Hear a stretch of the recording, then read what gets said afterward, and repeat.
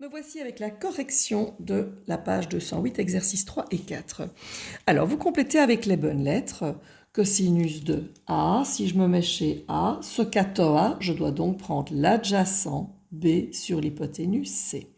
Et en fonction de ce cato A, vous remplacez. Qu'est-ce qu'on remarque? On remarque que le cosinus de A, c'est B sur C, je viens de le dire, mais le sinus de B, c'est aussi B sur C. Donc, le cosinus de A est égal au sinus de B. Et dans l'autre sens, le sinus de A donne ça, et le cosinus de B donne la même chose. C'est logique parce que si on est adjacent pour A, le côté B il est adjacent pour A, mais quand je passe à B, ça devient le côté opposé. Donc opposé et adjacent s'échangent.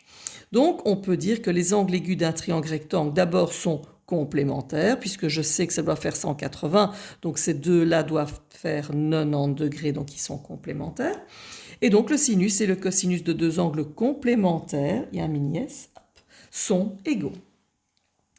Voici la correction de l'exercice 4, j'avais donc expliqué, donc chaque fois on est parti, cosinus de l'angle, pourquoi cosinus? Parce que j'ai l'adjacent et l'hypoténuse, donc j'ai fait K, adjacent, hypoténuse, donc adjacent X sur l'hypoténuse 9, et puis à la calculatrice et j'arrondis. Même chose, même chose. Quand je calcule ici, il suffit de faire à la calculatrice cosinus de 35 degrés fois 9, ça me donne ça.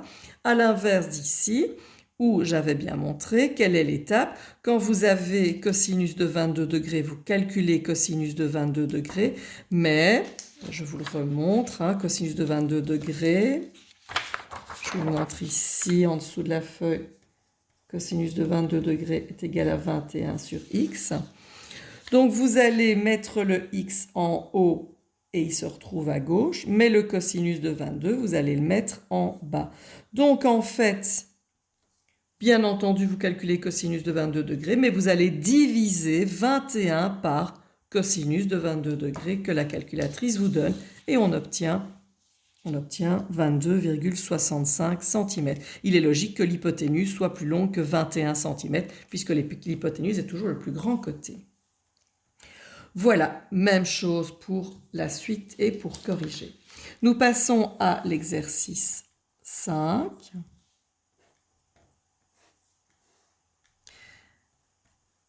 L'exercice 5. Hop.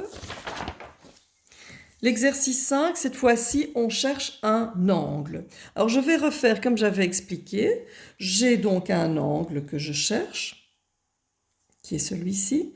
Je vois qu'on m'a donné le côté adjacent et qu'on m'a donné l'hypoténuse. Qu'est-ce que vous allez utiliser? Eh bien, le cosinus, so katoa. Donc, on utilise le cosinus de l'angle. Je vais l'appeler alpha. On utilise souvent les lettres grecques pour un angle. Donc, cosinus de alpha est égal à l'adjacent 3 sur 7.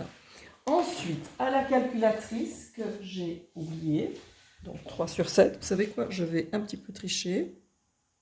Je vais mettre sur 6. Pourquoi? Parce que je n'ai pas ma calculatrice. Elle est de l'autre côté dans la maison. Donc, cosinus de alpha, 3 sur 6, je calcule à la calculatrice. Wouh, ça fait 0,5. Et après, pour trouver cet alpha-là, eh bien, vous allez prendre alpha est égal. Je rappelle que si j'ai alpha et que quand je fais cos, je trouve 0,5, comment est-ce que vous allez trouver alpha? Eh bien, vous faites le chemin inverse qui s'appelle arc cos avec shift sur votre calculatrice. Donc, vous allez faire arc cos de 0,5 à la calculatrice.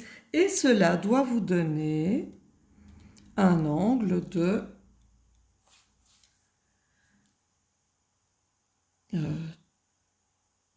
60 degrés. 60 degrés. Voilà. Voilà, donc pour demain, vous avez l'exercice 5 avec ça et le problème 6 et 7. Alors comme d'habitude, 6 et 7, vous en avez fait tout plein pendant toute l'année, comme avec Pythagore, comme avec Thalès, comme avec les figures semblables. Vous faites un petit schéma avec l'équation, donc avec l'inconnu, soit x, soit alpha. Donc il y a une inconnue, et puis vous êtes parti avec votre formule, et vous terminez par une phrase. Voilà, à demain tout le monde, bonne journée.